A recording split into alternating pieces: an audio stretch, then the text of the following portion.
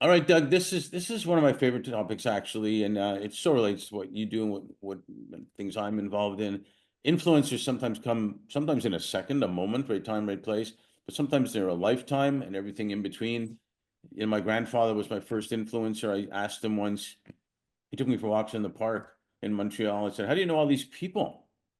And he said, well, it's like one day I smiled at him, and then he smiled at me, and he came over, and we became friends. And then another person saw us and came over and smiled at us. And as a 5-year-old, I'm thinking, oh, it's easy. I just have to smile at people. And so even moments like that influence you. Can you share? I'm sure there's plenty, two or three people that have been influential in your life. Yeah, mom and dad for sure. Um, just no questions there. I was pretty blessed. Dad was a world-class runner. Mom was so inspirational to train her sons and to be leaders and just to give us great input. Right now God's a big important part of this journey, and thankful for His Son Jesus Christ to be reinvigorated in my life, and so that's a big influence. On the competitive side, when I was thinking about this question, I have three older brothers. I'm the youngest of five, and my brothers let me compete with them. Whether it was wiffle ball in the backyard or whatever. And to this day, my brother, even playing fantasy football, my older brother Kurt texted me one time and he goes, "Doug, I hate getting beat by you." It's like there's that brotherly competition Of course. that people, even like this is years ago. I think I was just in college still. We were at a campsite together and it got rained out, and we found ourselves in like a kid's nursery area. And it's and, in this time in life, you're not together with four brothers as much anymore. You're just not. And we found a thing of pickup sticks, and we created our own quick game of pickup sticks.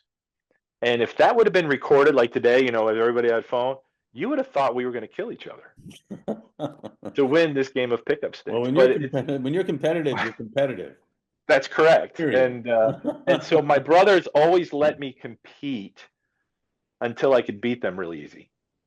But that I think that's a big influence, and even It is. even when I look at my son, I'm pretty proud of my oldest son right now. He's taken over the Northern Arizona University track and field team as the head coach, the director, and they've won 6 national championships. This is primo team. He also coaches a Nike Pro, Elise Craney. But when he was little, and this is my first son, and I'm still in shape, and you're giving all your energies, all those kind of things. But if we were going to race in the backyard or whatever, and whatever it was, whatever we played, I would never let him win. So if we were racing, I would make sure I was a stride ahead of him. So whenever he finally, I mean, he was trying his darndest to beat me at everything, and still we're like that. We'll probably see each other in a couple of weeks because his team's going to be at the indoor nationals, and I'm going to try to make it, and an international track meet. And we are still, if we play foosball together, because that's one of our games. We had a foosball table growing up, and then I got a foosball table for my kids, and my son Jared and I became significantly competitive in foosball. And if we're playing foosball, you almost don't want to be around. Well, So but it's competition that makes you better, right? that's correct. So it's just there's Yeah. great influences there, and obviously coaches, Coach George Glass and Jeff Gaither, my coach had transferred to the University of Georgia.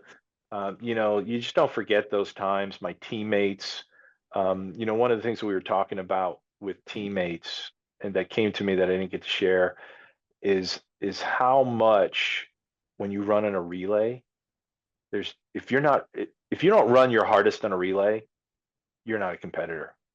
You're not a teammate. But when you're getting that baton from a teammate, you almost run harder in a relay because you don't want to let down your team. You never want to let down your team. Absolutely. Right. And Absolutely. that relay, that if you ever run track on a relay or Been there. swimming or whatever it Yeah. is that relay, that bond that can happen from a relay team, and the way, we hung out together, we did everything together, we still talk, we still chat, all those kind of things.